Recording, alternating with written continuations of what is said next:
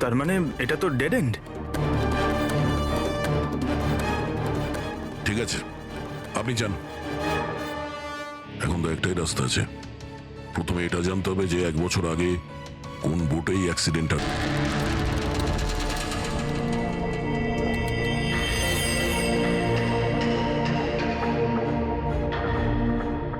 এমন যতগুলো কেস হয়েছে সব কটা দেখো 10 মাস থেকে 1 বছরের মধ্যে। এই সময় বেদান্তর সঙ্গে মল্লিকার দেখা হয়েছিল হসপিটালে। ওকে, ইয়েস স্যার। একবার যদি বোটে ব্লাস্টের ব্যাপারটা পরিষ্কার হয়ে যায় তাহলেই তদন্ত এগোনো যাবে। স্যার, হ্যাঁ, পেয়ে গেছি।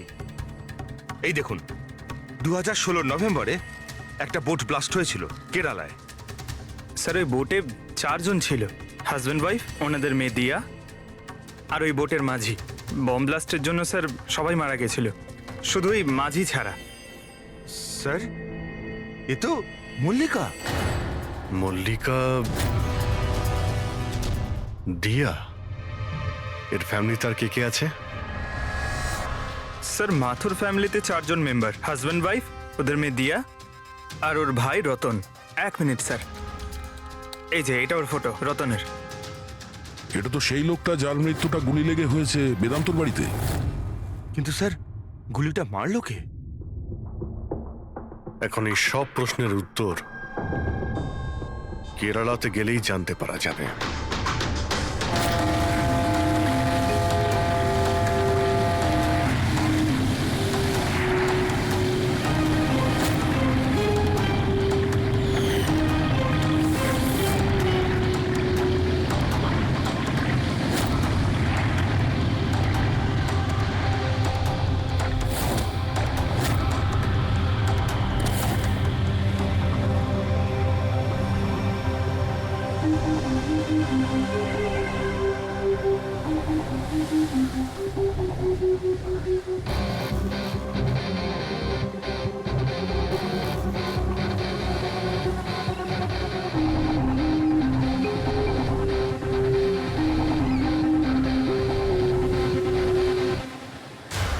এই জালটাকে ভালো করে ধুতে হবে। সুব্রমণিয়াম, ভালো করে দড়ি দিয়ে বাঁধো। আগে, আপনি সুব্রমণিয়াম? হ্যাঁ। সিআইডি, মুম্বাই। 1 বছর আগে ডিসেম্বর 2016-তে আপনার বোটে ব্লাস্ট হয়েছিল, সেই ব্যাপারে জানতে এসেছি। তাতে একজন পুরুষ আর একজন মহিলা মারা গেছিল, আর ওর মেয়েটা হারিয়ে যায়। আপনার বোটের মাঝিও তো ছিল ওতে। মাঝি? হ্যাঁ, আপনার বোটের মাঝি তো ওই বোটেই ছিল। হ্যাঁ স্যার, মাঝিও ছিল। প্রচুর লোকসান হয়ে গিয়েছিল আমার। 3 জন লোকের ফ্যামিলি এসেছিল, ভাড়া নিয়েছিল আমার নৌকোটাকে। ওদের ওই আইল্যান্ডে যাওয়ার কথা ছিল, নিজের বাংলোতে। স্যার, হঠাৎ ব্লাস্ট হয়ে গেল, সব শেষ। আমার নৌকোটাও, আমার আমার মাঝিটাও, ও বেচারাও খুব কষ্ট পেয়েছিল। অর্ধেক মুখ জ্বলে গিয়েছিল ওর। আচ্ছা, এই কান্তকে এখন কোথায় পাওয়া যাবে? এখন বলতে পারবো না স্যার, আমি জানি না ও কোথায় থাকে এখন।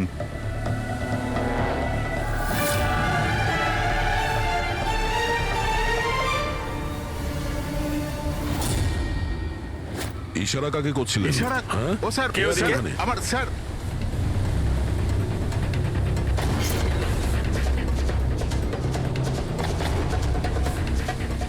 এই, এই, এই, দাঁড়া।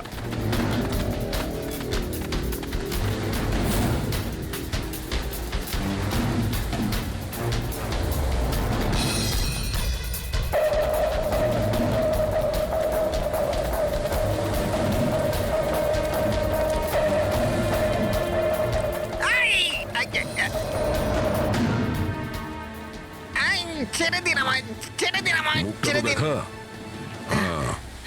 তুমি, হ্যাঁ, তুমি মল্লিকাকে মারতে চেয়েছিলে, হ্যাঁ, আর রতনকে মারার জন্য বেদান্ত ম্যানসনে ঢুকে গেছিলে, তাই তো?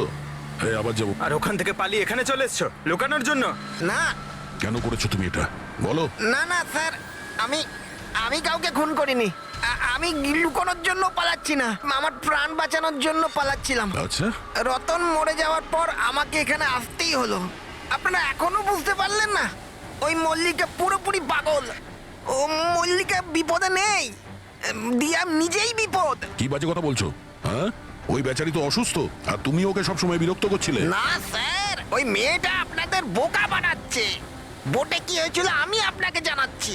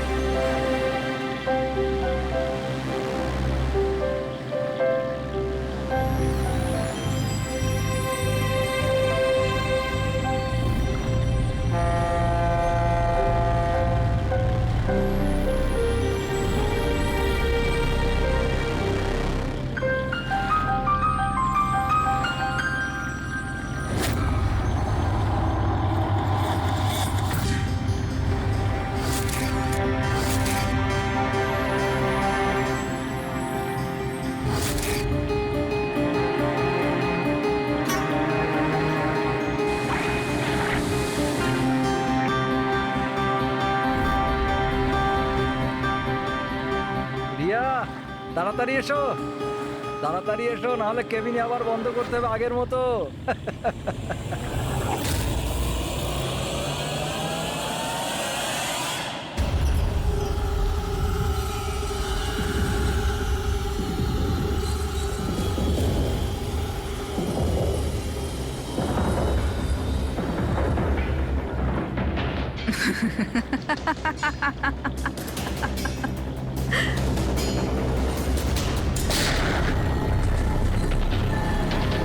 এটা আপনি কি করলেন? নিজের বাবা মাকে মেরে ফেললেন। দিয়া ম্যাডাম, এটা আপনি কি করলেন? কে দিয়া ম্যাম? আমার নাম সোনিয়া। সোনিয়া দুজনকে কোনোদিন ছাড়ে না। এক, যে ওকে ঘরে বন্দি করে। দ্বিতীয়, যে ওকে খারাপ কাজ করতে দেখে আমাকে নেয়। মারবেন না।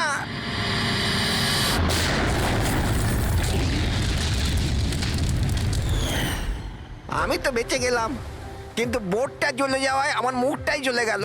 তারপর আমি রতনের সাথে দেখা করতে যাই, যে এই বোটের বুকিং করেছিল।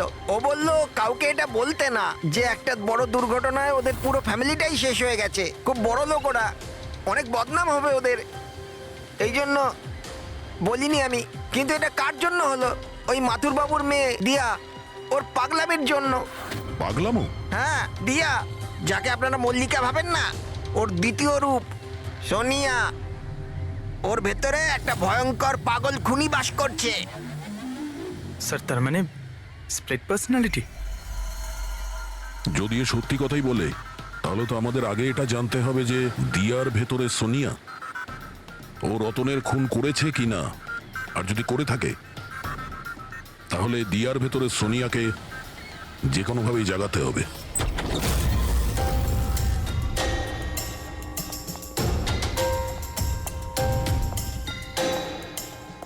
মিস্টার বেদান্ত, আপনি কিছুক্ষণের জন্য এখান থেকে চলে যান তো। আরে কিন্তু আপনারা এসব করছেনটা কি? তুমিও চলে যাও এখান থেকে।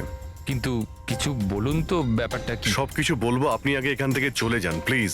যান যান বাইরে। যান, তুমিও যাও। না না, আপনি না, আপনি ওখানে বসুন। স্যার, আপনি বসুন ওখানে। বেদান্ত, চলুন বসুন ওখানে। কি হয়েছে স্যার? সব ঠিক আছে? কিছু হয়নি, এবার হবে। আজকের পর থেকে না আপনি বেদান্তর সঙ্গে দেখা করবেন, আর না ওর বোনের সঙ্গে। শুধুমাত্র এদের দুজনের সঙ্গেই না, তুমি কারোর সঙ্গে দেখা করবে না। হ্যাঁ, কিন্তু কিন্তু বাদ দাও। একটা কথা পরিষ্কার করে শুনে রাখো সোনিয়া, না তুমি কারোর সঙ্গে দেখা করবে, আর না কারোর সঙ্গে কথা বলবে। আর আমাদের পারমিশন ছাড়া তুমি এই বাড়ি থেকে এক পাও বাইরে রাখবে না। এই বাড়িতে তুমি বন্দি। সোনিয়া, কেন কেন কেন যাব না? যাব, নিশ্চয়ই যাব, যাব। এইভাবে কথা বলবে না, আমি যাবই। তুমি কোথাও যাবে না। তুমি এইভাবে কথা বলবে না। বাইরে যাওয়া তো দূরের কথা, এই জলটা এখানে রাখা রইলো। আমাদের পারমিশন ছাড়া তুমি এই জলটাও খেতে পারবো না, বুঝেছো?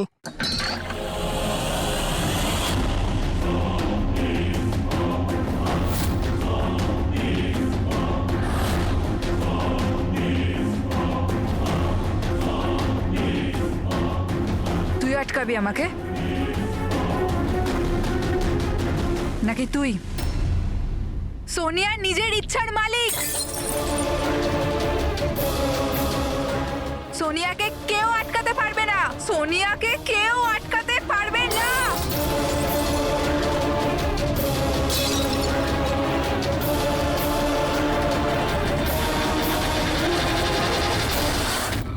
কাউকে ছাড়বো না, কাউকে ছাড়বো না আমি। ছাড়ো, ছাড়ো, ছাড়ো। এদিকে চুপ করে বসো। না, না, কিচ্ছু করতে পারবে না তোমরা, কিচ্ছু করতে পারবে না।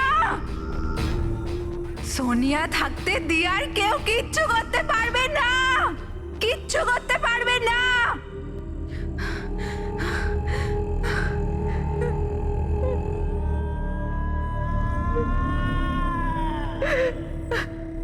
দিয়ার বাবা মা এরকমই করেছিল, দিয়াকে ঘরে বন্ধ করে দিত, কেউ এলেও দিয়া একাই বসে থাকতো, কেউ আসতো না।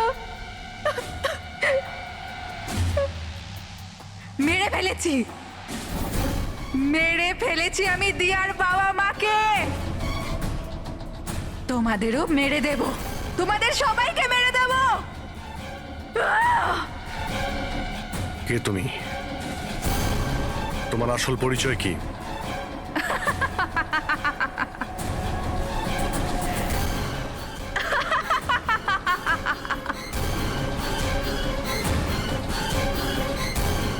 আমি কে? আমি দিয়া, আমাকে বাঁচাও।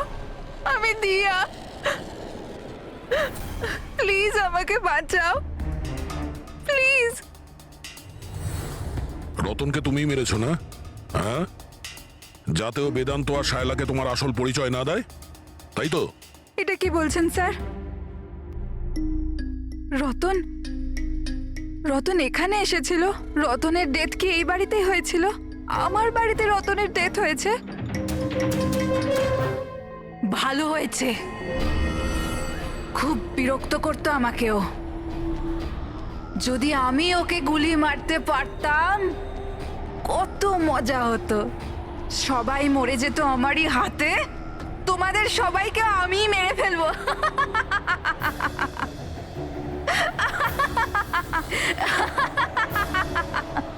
খোলো আমাকে, আমি বলে দিচ্ছি, আমাকে খুলে দাও, না হলে তোমাদের সবাইকে মেরে ফেলবো।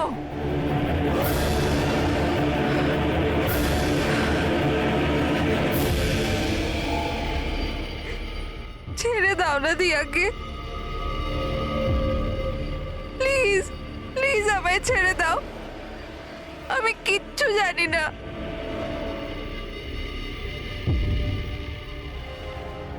বেদান্ত, বেদান্ত, বেদান্ত, তুমি কোথায় গেলে? বেদান্ত কোথায়? প্লিজ আমাকে এখান থেকে নিয়ে যাও। খুলে দাও, খুলে দাও আমাকে।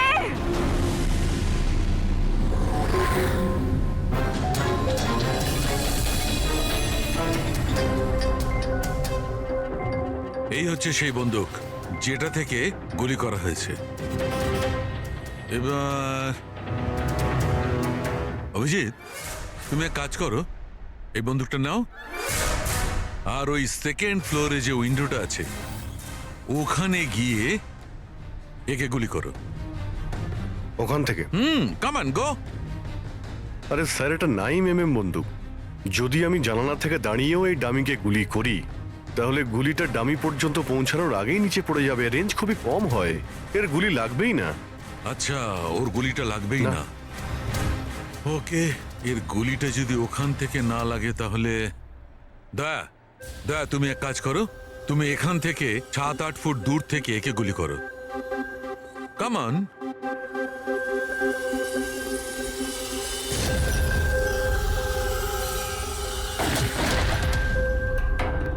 আপনি প্রমাণ কি করতে চাইছেন ডক্টর সালুখে? দয়া এটাই যে মল্লিকা বিপজ্জনক হতে পারে, খুনিও হতে পারে, কিন্তু ও নিজের ভাই রতনকে মারেনি। কি বেসিসে তুমি এটা বললে? আমি বলছি, দয়া যখন তুমি একে গুলি মেরেছো, এই গুলিটা সিধে এখানে গিয়ে লেগেছে, এর খুলিতে নিচের দিকে। হ্যাঁ, যদি এই গুলিটা সেকেন্ড ফ্লোর থেকে ছোঁড়া হতো তাহলে অভিজিৎ যেমন বলেছে ওই গুলিটা এখানে এসে পৌঁছতোই না, নিচে পড়ে যেত। আর মনে করো যদি ওটা খুব পাওয়ারফুল গান হয়, গুলি একে লেগেও যায়, তাহলে গুলিটা এর ওপর থেকে নিচের দিকে লাগতো, কারণ গুলিটা এইভাবে আসতো এই ওপর থেকে নিচের দিকে। কিন্তু আমি যে ক্ষতটা পেয়েছি ওটা একদম সিধে গেছে, সিধে। সেই জন্য মল্লিকা এই গুলিটা চালায়নি। স্যার কিন্তু যদি মল্লিকা গুলি না চালায় তাহলে কে চালালো? এই গুলিটা যেই চালিয়ে থাকুক ও এখানেই ছিল, এই গ্রাউন্ড ফ্লোরে, এরই আশেপাশে। তার মানে স্যার ও পার্টিতে উপস্থিত ছিল। আর যখন পার্টিতে ছিল তাহলে পার্টির জামা কাপড় পরেছিল। আর যদিও গুলি চালিয়েই থাকে তাহলে ওর কাপড়ে গান পাউডারও থাকবে। কারেক্ট। বেদান্তর বন্ধু মল্লিকা আর ওর ননদ আর ওই যে দুজন নকল রিপোর্টার ছিল না, ওদের সবার ড্রেস নিয়ে আসো, ওদের না জানিয়ে।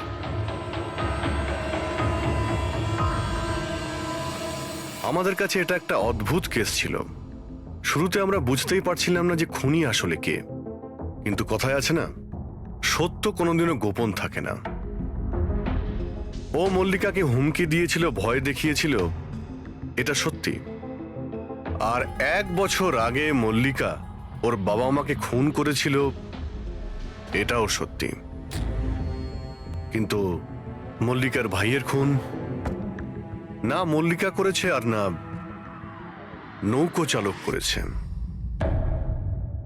রতনের খুন সেই করেছে যে রতনের খুব কাছে দাঁড়িয়েছিল, একদম কাছে।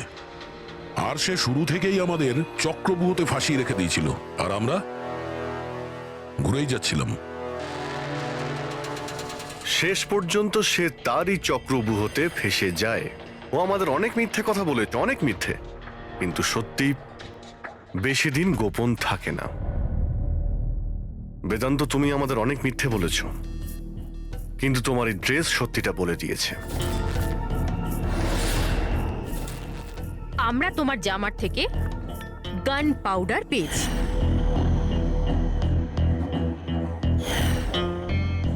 আমি রতনকে গুলি মেরেছিলাম।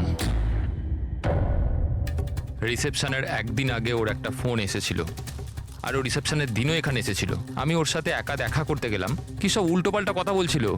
যে মল্লিকার মাথার ঠিক নেই, ওর নাকি ডিসঅ্যাসোসিয়েটিভ ডিসঅর্ডার আছে, স্প্লিট পার্সোনালিটি, জানি না আরো কি সব বলছিল মল্লিকাই নাকি ওর মা বাবাকে মেরেছে, আর ও আমাকেও নাকি মেরে দেবে। খুব রাগ হয়েছিল ওর ওপরে। যখন আমি ওর কথা না শুনে ওকে এখান থেকে বেরিয়ে যেতে বললাম, তো আমাকে ধমকি দিল যে ও নাকি পুলিশে গিয়ে সবকিছু বলে দেবে। ও তো ভয় পাচ্ছিল যাতে মল্লিকা না ওর খুন করে দেয়। তারপরে খুব অদ্ভুত কথা বলছিল যে মল্লিকা পাগল হয়ে গেছে, জোরে জোরে চিল্লাতে শুরু করে দিল। বলছিল যে মল্লিকাকে ঘরের ভেতর আটকে রাখো, না হলে সবাইকে মেরে দেবে। আমি ওর কথা শুনলাম না, আর ওকে বললাম যে ও যেন ওখানেই দাঁড়ায়।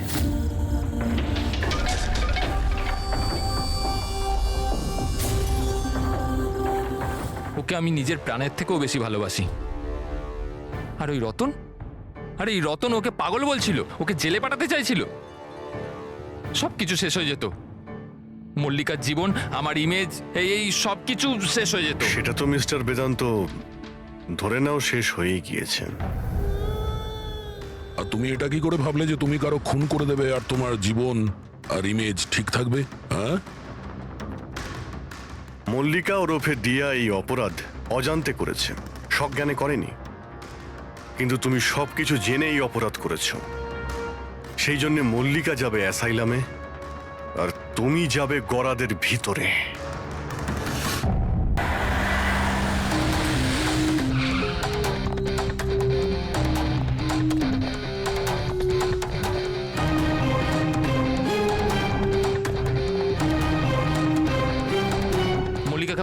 ও ঠিক আছে তো? দেখুন প্লিজ ওর খেয়াল রাখুন। আমি এক্ষুনি হসপিটাল পৌঁছচ্ছি। হ্যাঁ হ্যাঁ, এক্ষুনি কিছুক্ষণের মধ্যেই আসছি। ওকে ওকে, থ্যাংক ইউ। আচ্ছা, আপনি কি ফোন করেছিলেন? হ্যাঁ হ্যাঁ, আমি ফোন করেছিলাম। এই ভদ্রলোক এখানে জানি না কেউ এই বেচারাকে। আপনি এনাকে চেনেন? না স্যার, আমি তো ওকে চিনি না। কিন্তু দেখুন স্যার, আপনি বলেছিলেন যতক্ষণ না আপনি আসেন আমি এখানেই থাকি। তো আমি ছিলাম। এবার আমার হসপিটালে যেতে দিন, আমার ওয়াইফ হসপিটালে ভর্তি। গুলি সোজা মাথায় লেগেছে, মনে হচ্ছে এখনো ভেতরেই আছে। এর স্কাল্প আর নাক খুব বাজেভাবে ভেঙে গেছে। চোয়ালটা ভাঙেনি, কিন্তু একে শনাক্ত করা খুব মুশকিল। মুখ একদম নষ্ট হয়ে গেছে, ফেসটা রিকনস্ট্রাকশন করতে হবে। স্যার প্লিজ আমাকে হসপিটাল যেতে দিন। দেখুন, সরি, আমরা আপনার অবস্থা বুঝতে পারছি, কিন্তু এখানে কি হয়েছিল সেটা না জেনে আপনাকে যেতে দিতে পারছি না। Sir please sir. দেখুন, আমি জানি যে আপনি এই লোকটাকে চেনেন না, কিন্তু এর মৃত্যু আপনার কম্পাউন্ডে, আপনার বাড়িতেই হয়েছে। এটা কোনো কোইন্সিডেন্স তো হতে পারে না, কিছু তো ব্যাপার আছে। দেখো তো আশেপাশে কোনো বন্দুক পাও কিনা। স্যার,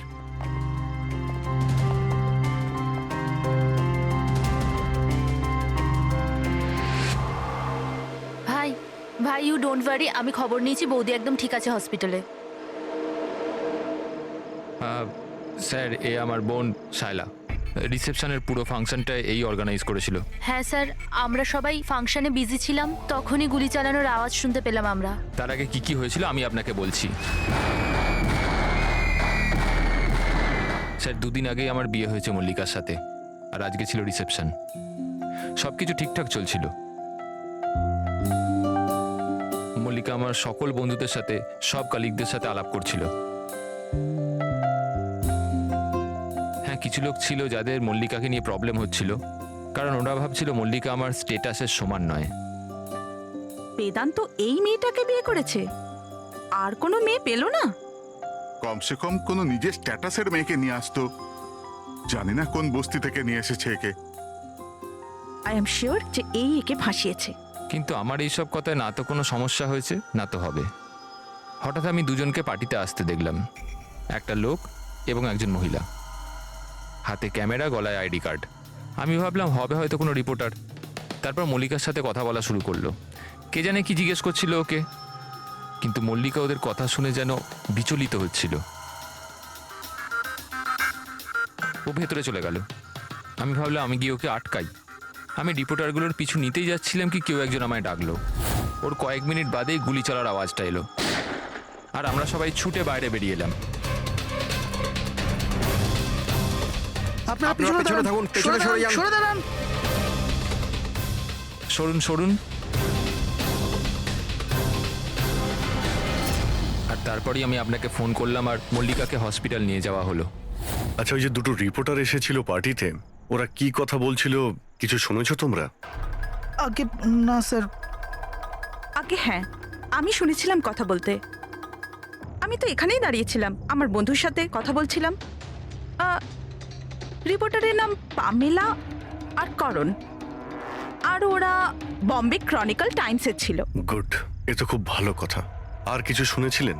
আপনার সঙ্গে কোনো কথা বলেছিল ওরা? না না, ওরা মালিকাকে জানি না কেমন অদ্ভুত অদ্ভুত প্রশ্ন করছিল। তুমি কখনো বোট ব্লাস্টের ব্যাপারে শুনেছো?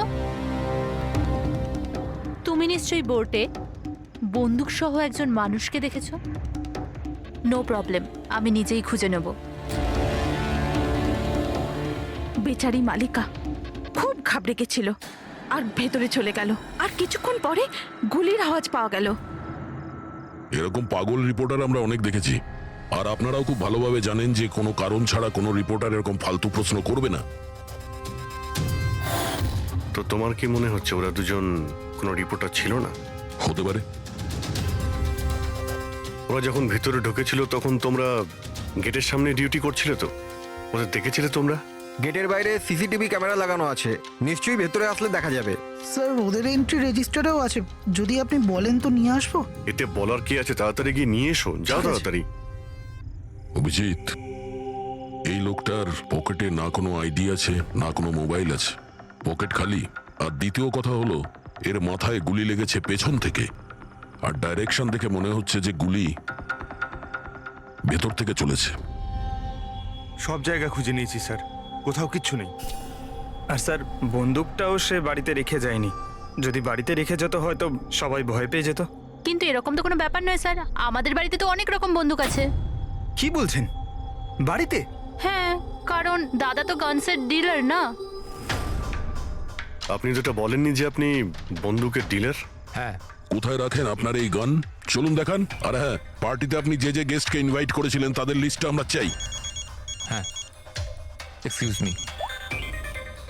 হ্যালো, কি? হ্যাঁ হ্যাঁ, আমি আমি আমি এক্ষুনি আসছি। ঠিক আছে, আমি আসছি। আমরাও যাব আপনার সাথে আপনার ওয়াইফের সঙ্গে দেখা করতে। হতে পারে এই খুনের সঙ্গে তার অজ্ঞান হয়ে যাওয়ার কোনো না কোনো রিলেশন আছে। মল্লিকার আগের জীবনটা পুরো সাদা, একদম ফাঁকা। ইনফ্যাক্ট যে হসপিটালে আমি ট্রাস্টি, মল্লিকা ওখানকার একটা পেশেন্ট ছিল। ওর অ্যাক্সিডেন্ট হয়েছিল আর শকের জন্য ওর সমস্ত স্মৃতিশক্তি চলে গেছিল। ও কে, কোথা থেকে এসছে, ওর সাথে কি হয়েছে ওর কিচ্ছু মনে ছিল না। ওর তো নিজের নামটাও মনে ছিল না। মল্লিকা নামটা আমরা দিয়েছিলাম। আমি যখন ওর সাথে দেখা করলাম তো খুব বিচলিত ছিল, খুব ভয়ের মধ্যে ছিল। কিন্তু ধীরে ধীরে আমি ওকে আশ্বাস দিলাম যে সব কিছু ঠিক হয়ে যাবে। আর এইভাবে মেলামেশা করতে করতে আমার ওকে ভালো লাগতে শুরু করলো। ওর আগের জীবনটা নিয়ে আমার কোনো মাথা ব্যথা ছিল না স্যার, এই জন্য আমি ওকে বিয়ের প্রস্তাব দিলাম। কিন্তু স্যার, যবে থেকে মল্লিকা আমার জীবনে এসছে ওর জীবনটা বিপদের মধ্যে পড়ে গেছে। তার মানে কি বলতে চাইছেন আপনি? স্যার, আগের সপ্তাহে আমরা সিটি স্কোয়ার মলে গেছিলাম। বিয়ের প্রস্তুতি একদম জোর কদমে চলছিল।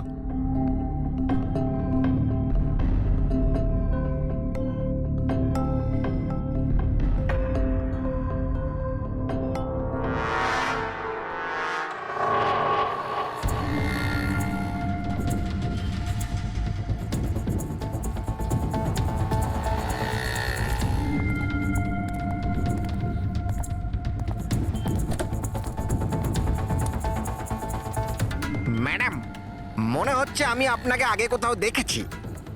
আমায়? চিনতে পারলেন না আমাকে? না, আমি চিনি না আপনাকে। কি বলছেন চিনতে পারলেন না? এই দেখুন, পোড়া মুখ, বোট, কিছু মনে পড়ছে না আপনার? না, সরি, আমি আপনাকে চিনি না। কি বলছেন আপনি চিনতে পারছেন না? আমি জানি তো আপনি দিয়া ম্যাডাম, তাই না? আপনার কিছু ভুল হচ্ছে। আমার নাম মল্লিকা। আরে আপনি দিয়া ম্যাডাম তো। বোটে আপনি এসেছিলেন আপনার জন্মদিন পালন করতে, মনে নেই? না। নেই কি করে? আপনি মনে করুন। আরে আমার হাত- এই দেখুন আমার পোড়া মুখ। হাত ছাড়ো। আমার কোনো ভুল হতেই পারে না।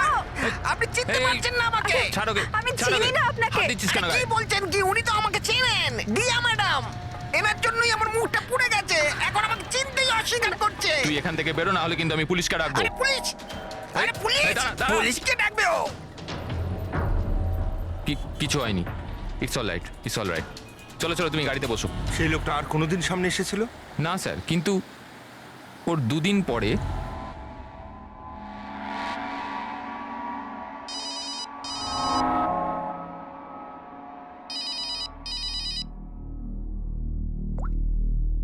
হ্যালো, কেমন আছো সোনিয়া?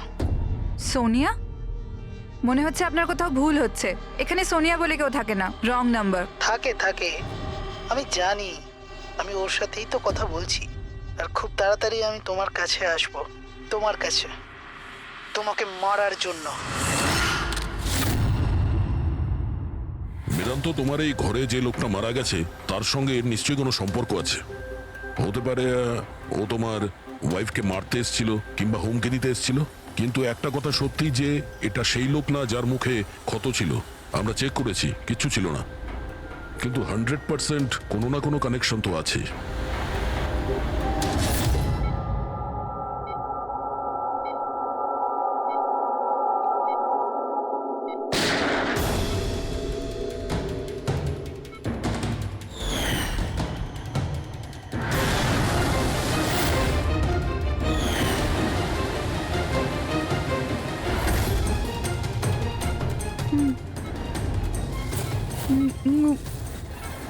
গুলি, গুলি, না না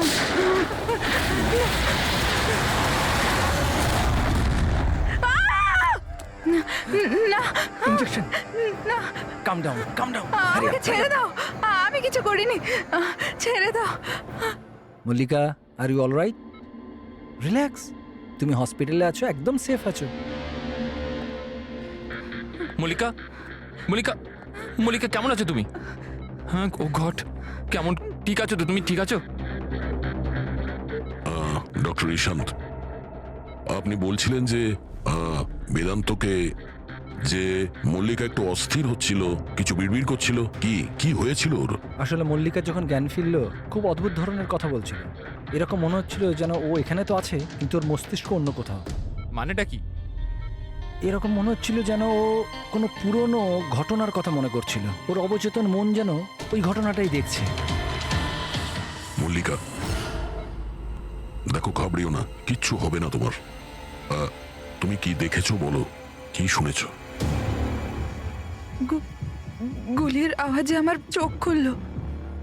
যখন যখন আমি চোখ খুললাম তো আমি অদ্ভুত অদ্ভুত জিনিস দেখছিলাম।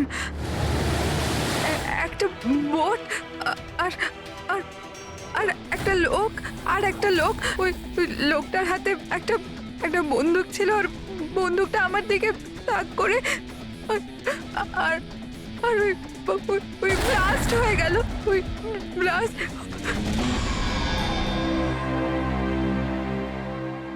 ডাক্তারবাবু, এমনটা তো নয় যে মেডিকেশনের জন্য ওর হ্যালুসিনেশন হচ্ছে, কারণ আমি কখনো ওকে কোনো বোটে নিয়েই যাইনি, তো জানি না, বুঝতে পারছি না তো আমি কিছু। ভালো হতে পারে যে তোমার সঙ্গে দেখা হওয়ার আগে কোনো বোটে গেছিল। হ্যাঁ, তবে তুমি তো বলেছিলে না যে তুমি যখন ওর সঙ্গে দেখা করেছিলে ওর আগের জীবনের কথা কিছু মনেই ছিল না। এক্স্যাক্টলি, এরকম মনে হচ্ছিল যেন ওর কোনো পুরনো ঘটনা বা ওর জীবনের কোনো মুহূর্ত ওর মস্তিষ্কে নাড়া দিচ্ছে। ডাক্তারবাবু, আপনি তাহলে বলতে চাইছেন যে এটাও মল্লিকার জীবনের গল্পের একটা অংশ? হতে পারে সেটা। আমাদের সাবকনসিয়াস মাইন্ড কখনো কখনো কোনো ঘটনাকে, ওর মেমোরিকে মনের মধ্যে আঁকড়ে ধরে রাখে। আর ওই ঘটনার সঙ্গে সম্পর্কিত কোনো ঘটনা বা জিনিস সামনে আসে, তাহলে ওই ঘটনাটা আবার পুনরায় মনে আসে। বেদান্ত, মনে হচ্ছে তোমার ভয় ঠিকই ছিল। মল্লিকার জীবনের ঝুঁকি আছে। ওই লোকটা যে তোমার বাড়িতে মারা গেছে ওই ষড়যন্ত্রের সঙ্গে যুক্ত আছে। কিন্তু এটা আপনি কিভাবে বলতে পারেন? সেই কারণেই তো করোনার পামেলা মল্লিকাকে উল্টোপাল্টা প্রশ্ন করছিল যে তুমি কখনো কোনো বোটে চেপেছো কিনা, কিংবা কোনো লোককে বন্দুক হাতে দেখেছো কিনা। এই কেস একটা অন্যের সঙ্গে যুক্ত। প্রথমে তো এটা জানতে হবে বেদান্তর ঘরে ওই গুলিটা চালিয়েছে কে।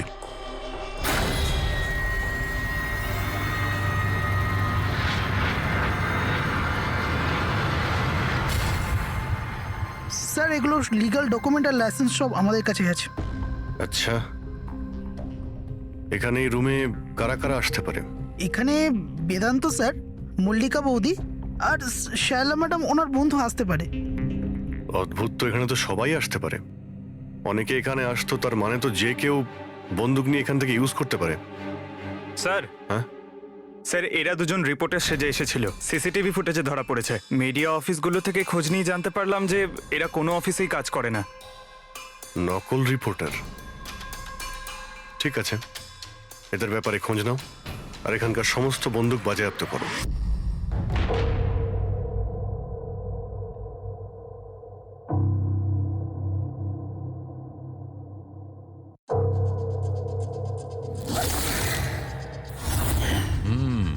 থ্যাংক গড এর চোয়ালের হাড়গুলো আর চিক বোনটা ঠিক আছে, নাহলে মুখটা তৈরি করা খুব মুশকিল হয়ে যেত। বেশিরভাগ খলিটা তো ভেঙে চৌচির হয়ে গেছে। যাই হোক, এই হাড়গুলো দিয়ে তো মুখটা বানানো যেতে পারে।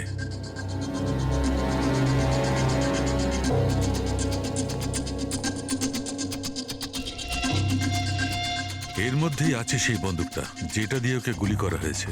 জানতে হবে প্রথমে এর মুখটা তো আগে তৈরি করি।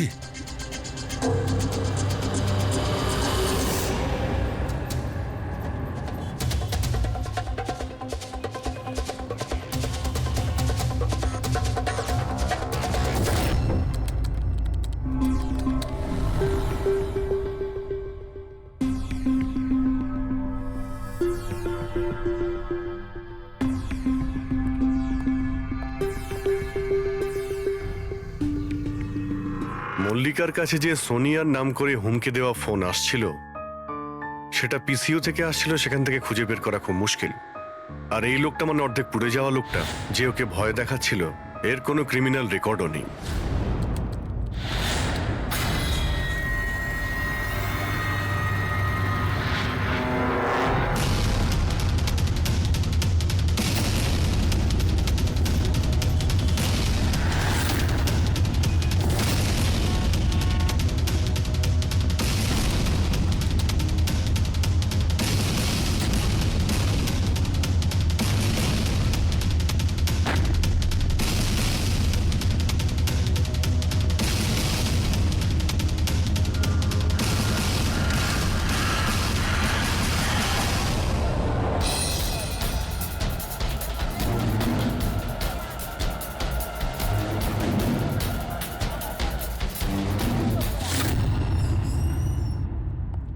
শুনুন,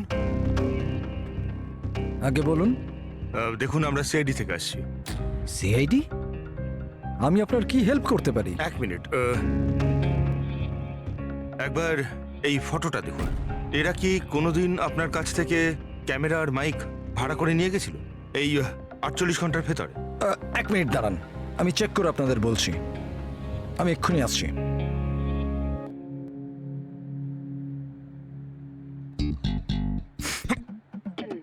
কি হয়েছে? আরে ধরিস না, খারাপ আরে হয়ে যাবে। কিচ্ছু হবে না। আরে ওগুলো তো দেওয়ালে এমনি টাঙানো রয়েছে। কি ফ্রেডি স্যার? আগে হ্যাঁ, এ করণ আর পামেলা এরা 48 ঘন্টা আগে আমাদের এখান থেকেই মাইক আর ক্যামেরা ভাড়া করেছিল।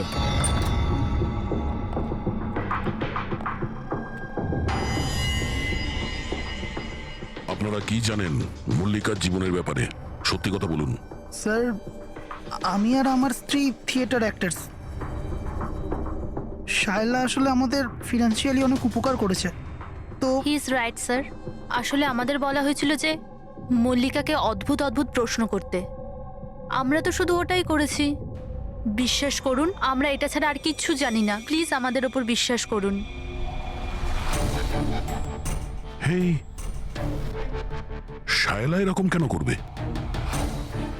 এমন কিছু তো আছে মল্লিকার গত জীবনের ব্যাপারে যে ওই মেয়েটা জানে আর আমাদের কাছে লুকোচ্ছে।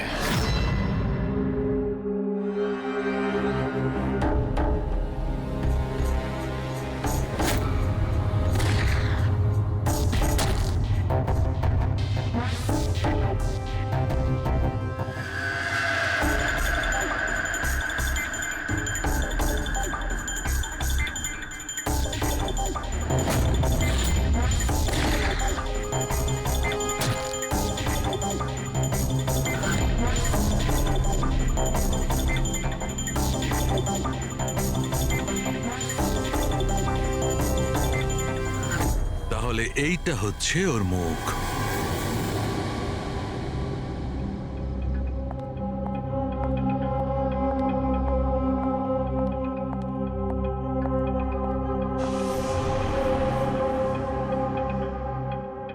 আপনারা এখানে?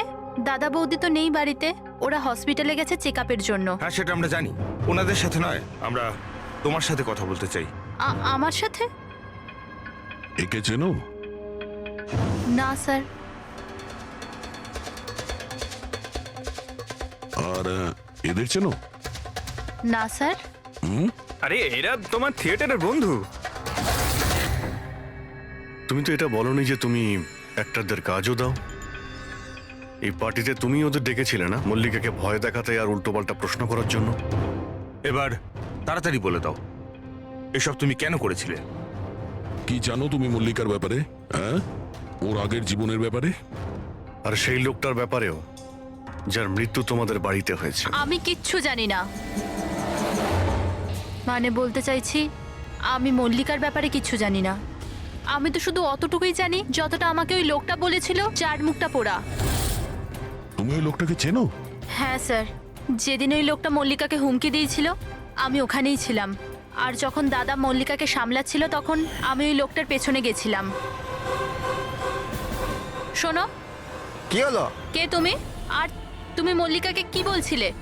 কি করে জানো তুমি ওকে? এটা আপনি আমায় কেন জিজ্ঞেস করছেন? ওনাকে জিজ্ঞেস করুন যে মল্লিকা সেজে ঘুরে বেড়াচ্ছে, ওনাকে জিজ্ঞেস করুন। দিয়াকে উনি বলবেন যে 1 বছর আগে কি হয়েছিল বোটে। হ্যাঁ, এই দেখুন, এই সব কিছু ওর পরিণাম। আমাকে জিজ্ঞেস করছে কে মল্লিকা। আমার মল্লিকাকে নিয়ে কোনো চিন্তা নেই, কিন্তু আমি শুধু আমার দাদাকে নিয়ে চিন্তিত। আর আমি চাই না ওই পাগল মেয়েটার জন্য আমার দাদাকে হারিয়ে ফেলি। স্যার, এর থেকে বেশি আমি কিচ্ছু জানি না, সত্যি বলছি। স্যার